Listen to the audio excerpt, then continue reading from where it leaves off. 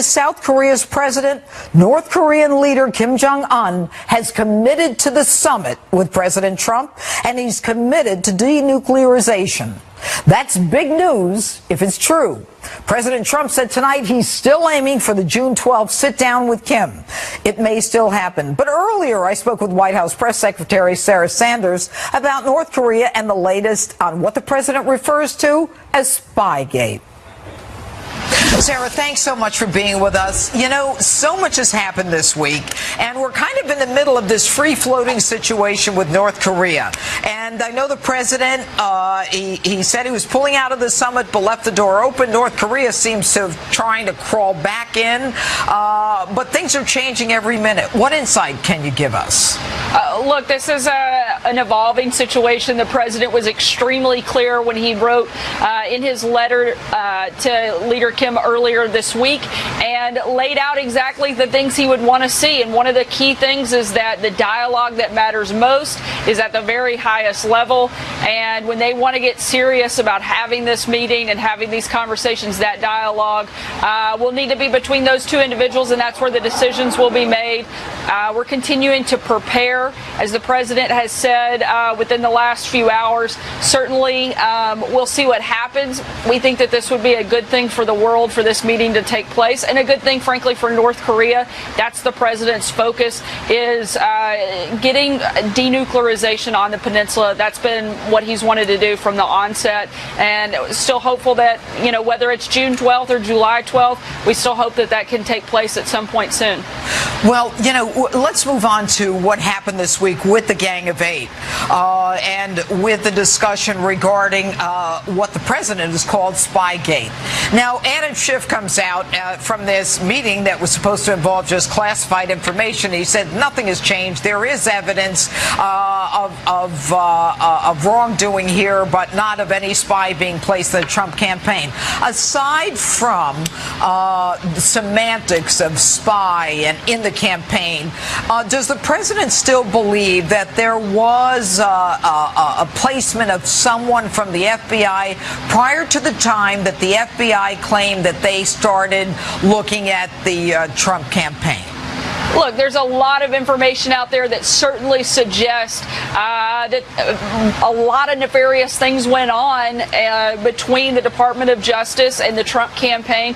If anybody was doing anything wrong, it certainly wasn't taking place at the Trump campaign, but it looks like now it may have been through our own government. Certainly something that should cause concern for everyone, and it certainly has got the president looking and wanting to get some real answers, as members of Congress have demanded to get answers, and we think they should get them. That's been the president's role in this process, is pushing to make sure that we have complete and total transparency.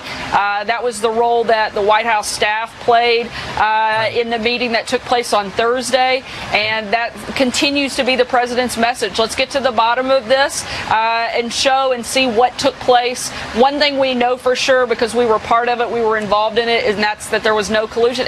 And I think that's pretty clear, not just to us, but to the American people. This charade has gone on for over a year, and they found absolutely nothing. It's time for this to wrap up, and let's move on and look at some of the real issues and real problems that our country is facing. You say it's time for it to wrap up, and I think that most Americans would agree with you, but what, if anything, is the president going to do to push that wrap up along? Look, we've done everything we can do. We've been fully cooperative throughout this process. We've turned over millions of pages of documents. And once again, despite that, the hours and hours that have been given in interviews and the amount of paperwork that's been turned over, they've found nothing. And it's time for us to close this up and move forward. You know what's interesting? If indeed that spy or a human source that may have been in the campaign, I think most people believe was at least one, if not more, if there were any evidence that they found, that evidence would indeed be a part of the application for the FISA warrant. But can we assume, or should Americans assume, that that spy found nothing because there wasn't anything else added to the application for the warrant before the FISA court?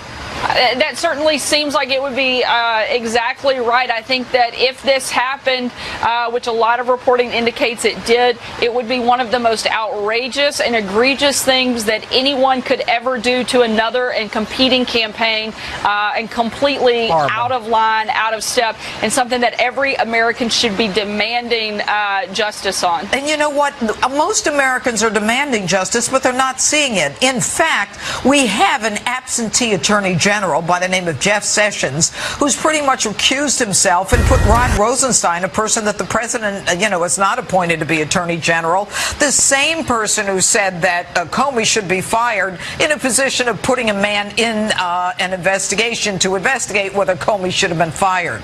Isn't the president fed up with both of these people? Isn't it time to get a working attorney general on staff?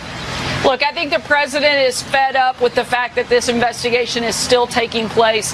Like I said, this has gone on for more than a year. It's a total hoax, and it's one of the biggest wastes of taxpayer dollars and time to continue pushing forward in this process. We certainly are focused on the things Americans actually care about, and we're getting a lot of those done every single day. And the president continues to be focused on making sure we're actually producing and doing the right thing for the American people. Sarah Huckabee Sanders, thanks so much for joining us. Thank you. It's great to be with you, Judge. Thank you.